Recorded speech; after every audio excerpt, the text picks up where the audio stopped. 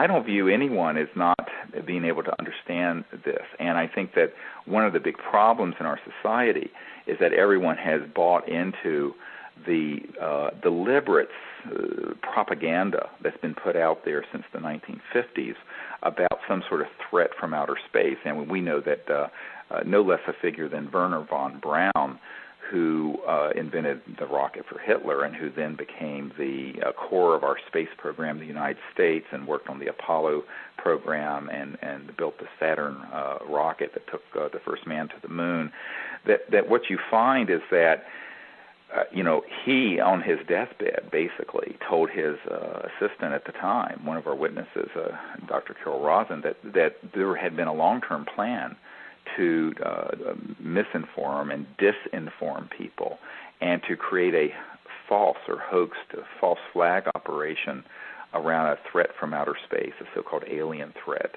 and that a lot of people in the military and in the political establishment who do know about this subject have been brainwashed with this kind of nonsense, and that the public, through Hollywood, making movies at the request of the intelligence community and television shows and books and what have you, have been completely brainwashed about this.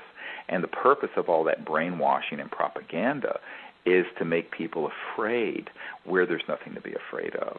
And, I point out this to people that, there is a basic law in the universe, and that is there's no way a civilization is allowed to go outside of their biosphere, much less their solar system, to another civilization until they have become a peaceful civilization. That this is something that is enforced universally, and that a lot of people hear about various aspects of the so-called UFO phenomenon, and I go, well, there are two parts of the UFO phenomenon: the extraterrestrial vehicles, which is what the National Security Agency had called them for years, ETVs, with EBEs, extraterrestrial biological entities. And then there are the ARVs, the alien reproduction vehicles, which are these man-made flying saucer thingies that have rivets and seams and everything like this, that are, quite frankly, to be honest, made by Lockheed Skunk Works in Northrop Grumman, my uncle's old company. My uncle designed, was a senior project engineer who built the lunar module, put the first man on the moon. And, these kind of clandestine projects dealing with anti-gravity and propulsion and what have you, these have been built and experimented with since the late 50s and 60s and operational. It's interesting because recently a very famous and wonderful film producer and director who is well known throughout the world, very, very famous, and a wonderful man. I don't want to name him by name because we've been having just confidential conversations. But he was telling me about being out west, and he had a sighting of a real ET craft that was this luminous, beautiful, peaceful, just gorgeous thing. And then later, I had an encounter with one of these riveted, seemed obviously man-made anti-gravity things out in Utah. And, he was sort of saying, he instantly knew that something wasn't right, that was not the same sort of ET craft that he had seen years before. And this alien reproduction vehicle was actually, this was in the 1970s when he saw this. And so, and I go, oh, yes, that's 30 years ago, but remember, we've had them for at least 50 years. And he went, oh, my God. I said, yeah, we've been building these things. And I said, this is, one of the real problems is that they have used a lot of really advanced technologies to hoax fake alien encounters to scare the bejeebies out of people. And the real ET manifestations have been these beautiful, peaceful, wonderful things, and they have been trying to cover up the real extraterrestrial presence with this drama that's completely man-made by the intelligence community and the classified world, because they want people to have another enemy to fight. They eventually want to expand the conflict going on Earth into space. This is what the whole Star Wars initiative is about, and weaponized space. And this is one of the great tragedies of the 20th century that very few people know about, and that is the untold billions, if not trillions of dollars clandestinely that have gone into these projects since the 50s that Eisenhower warned us about when he said, beware the military-industrial complex.